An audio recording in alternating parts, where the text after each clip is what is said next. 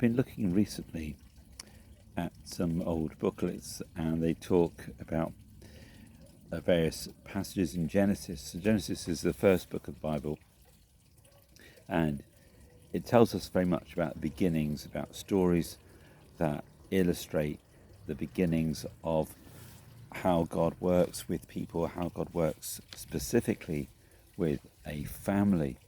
And the very beginning, he starts with an individual, a couple, then very much a clan, a tribe, a family network, and focus through Abraham. Why is it that the Bible begins in this way?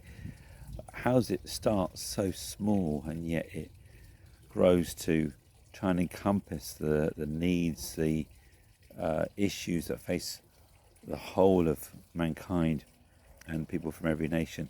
Well, it begins this way because God has got a purpose to call and redeem. And he starts small, he starts simply. And he's helping us to understand that he often works with the individual. I'm looking at Genesis 25, verses 21 to 26. And this is talking about Isaac, Abraham's son, the son of promise, the son of the covenant, the one who was going to inherit the promises that God gave to Abraham. Isaac prayed to the Lord on behalf of his wife because she was barren. The Lord answered his prayer, and his wife Rebekah became pregnant. The babies jostled each other within her, and she said, "Why is this happening to me?" So she went to inquire of the Lord. The Lord said to her, "Two nations are in your womb, and two peoples from within you will be separated. One people will be stronger than the other, and the older will serve the younger." When the time came for her to give birth, there were twin boys in her womb. The first to come out was red, and his whole body was like a hairy garment, so they named him Esau. After this, his brother came out, with his hand grasping Esau's heel, so he was named Jacob. Isaac was 60 years old when Rebekah gave birth to them. This is the story of two brothers, which becomes quite crucial at this point. We know in the past that we've looked at Genesis and seen Isaac and Ishmael, and yet Ishmael was not under the ordained blessing of God because it was an illegitimate relationship that had born Ishmael, and God had promised a son to Abraham and Sarah promised a son who would be an heir and who would bring about a family and then a nation called to be God's instrument. And we see the promises come through Abraham, Isaac, and Jacob. And Jacob is the key one here.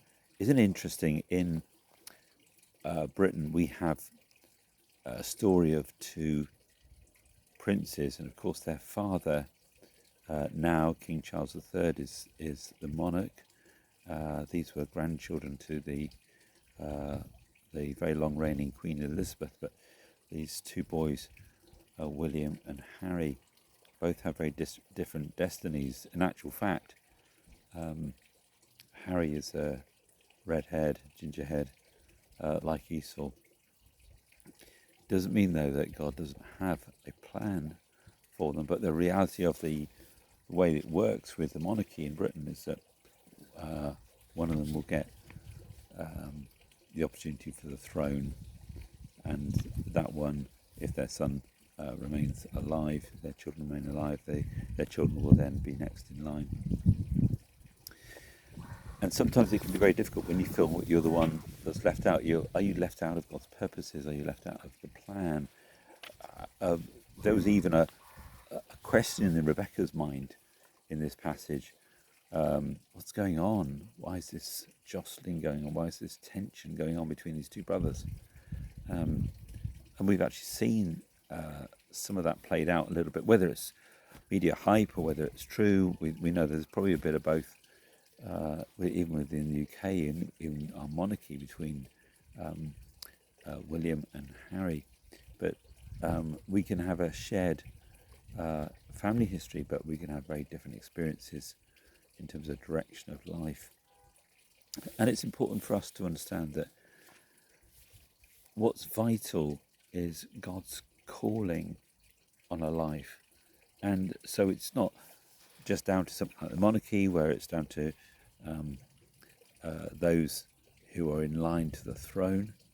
But for us, it's about being grafted into that covenant, being connected into that promise, being linked in to Abraham as a father of faith, and that relationship that comes through Christ, that brings us in line to a greater King, not King Charles III, but the King of Kings, the Lord of Lords, the King over all the earth, Jesus Christ, the one on the throne. And we're not going to get hold of that through deception and all sorts of other ways. It's interesting that Jacob was someone who deceived and who kind of was crafty and so on. God worked in his life, but he wasn't commended for his craftiness and his manipulative manner. In actual fact, God dealt with him quite heavily about some of those issues later on in life.